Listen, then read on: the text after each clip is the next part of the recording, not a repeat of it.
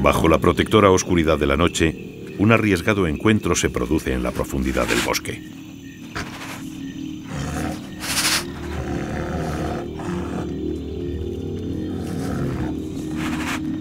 La cámara infrarroja descubre el acercamiento de una tigresa a un macho. Un encuentro prometedor en una región donde apenas quedan tigres, pero un encuentro cargado de peligros.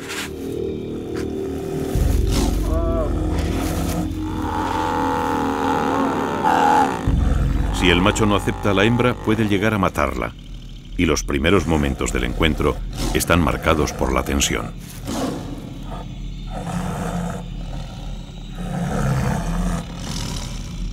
Por fortuna, la tigresa está receptiva y el macho parece aceptarla en su territorio.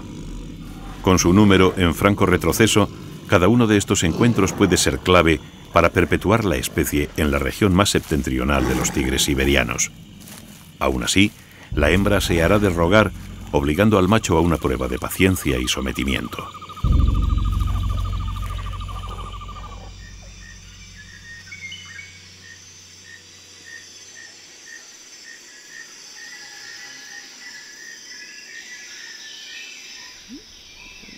Los primeros rayos del sol encuentran a un macho entregado.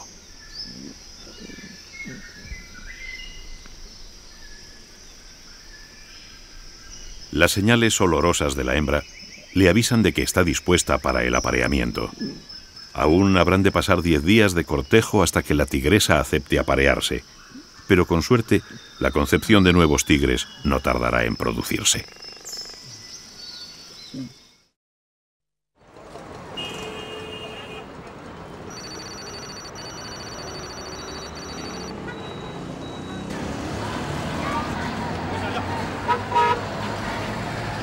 Las acciones para proteger a los tigres han ido cambiando desde que se dieran las primeras voces de alarma hace aproximadamente 2 siglos. Desde entonces, los defensores de los tigres han visto cómo los problemas que amenazaban al felino han ido diversificándose y los frentes de esta guerra se han multiplicado.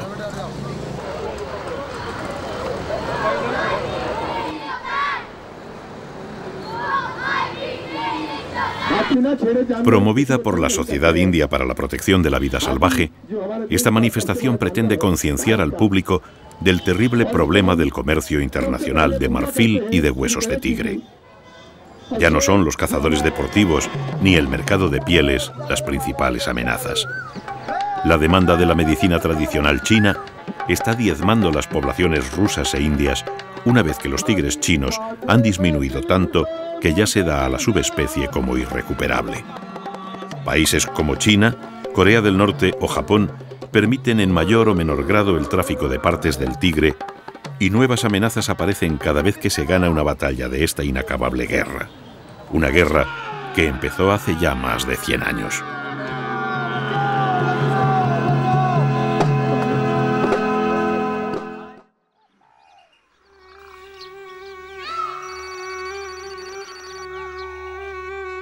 Jai Singh Ji, el último marajá de Alwar, construyó este palacio en 1902 en los bosques de Sariska, su cazadero favorito. Hoy, Sariska es un parque nacional que protege a los últimos tigres de Rajastán y el palacio es un hotel que aloja a los visitantes. La guerra del tigre cambia con los años, los frentes se transforman y antiguos enemigos son ahora aliados.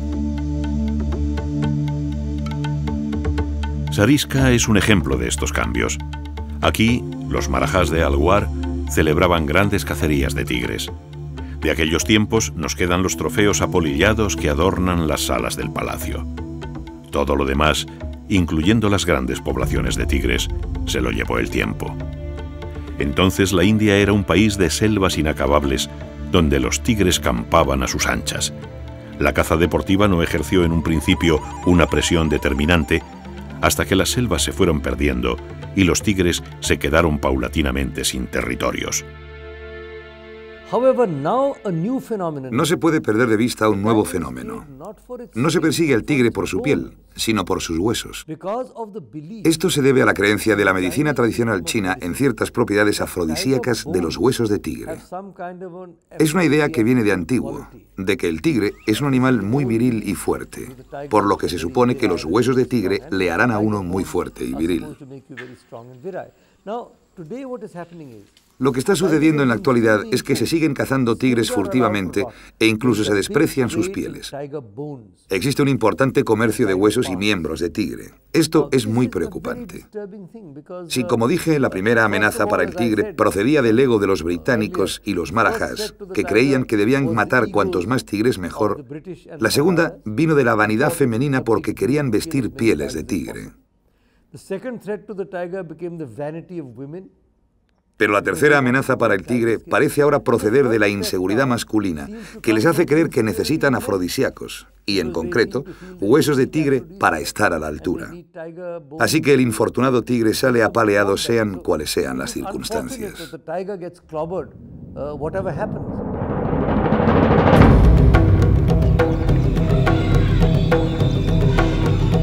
Las palabras del Dr. Karan Singh, creador del proyecto más exitoso para la conservación de los tigres de cuantos se han llevado a cabo en el mundo, resumen un siglo de crecientes amenazas para los tigres.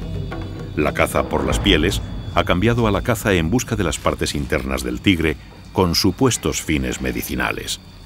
Lo que empezó siendo un reto deportivo es ahora un comercio imparable, un comercio internacional que está acabando con los últimos tigres del planeta. Existe un enorme comercio de huesos de tigre. Los matan en la India y luego los huesos son transportados ilegalmente a través de las fronteras de la India con Nepal o directamente con China. Normalmente solo se transportan huesos que son procesados en China. Allí son molidos y transformados en diferentes medicinas. También existe un vino de tigre que es muy valorado cuando contiene un trozo grande de hueso en la botella y ésta se puede ir rellenando durante años. Existen también cataplasmas de tigre, pastillas de tigre y es muy popular el pene del tigre. Hay un tipo de sopa que se hace con él y cosas así. Estos son remedios tradicionales chinos que no están probados científicamente que ayuden de alguna manera. Vale lo mismo tomar una aspirina o algo parecido. Estos remedios son utilizados mayoritariamente por la comunidad china. Los huesos de tigre se utilizan sobre todo en las comunidades chinas, pero también entre los japoneses contra gran cantidad de dolencias. El reumatismo es la más importante, pero también se usan como tónico y algunas partes como afrodisíaco, y hay muchas más cosas para las que se usan. Me parece horrible. Hay casi 1.000 millones de usuarios potenciales de medicamentos hechos de huesos de tigre.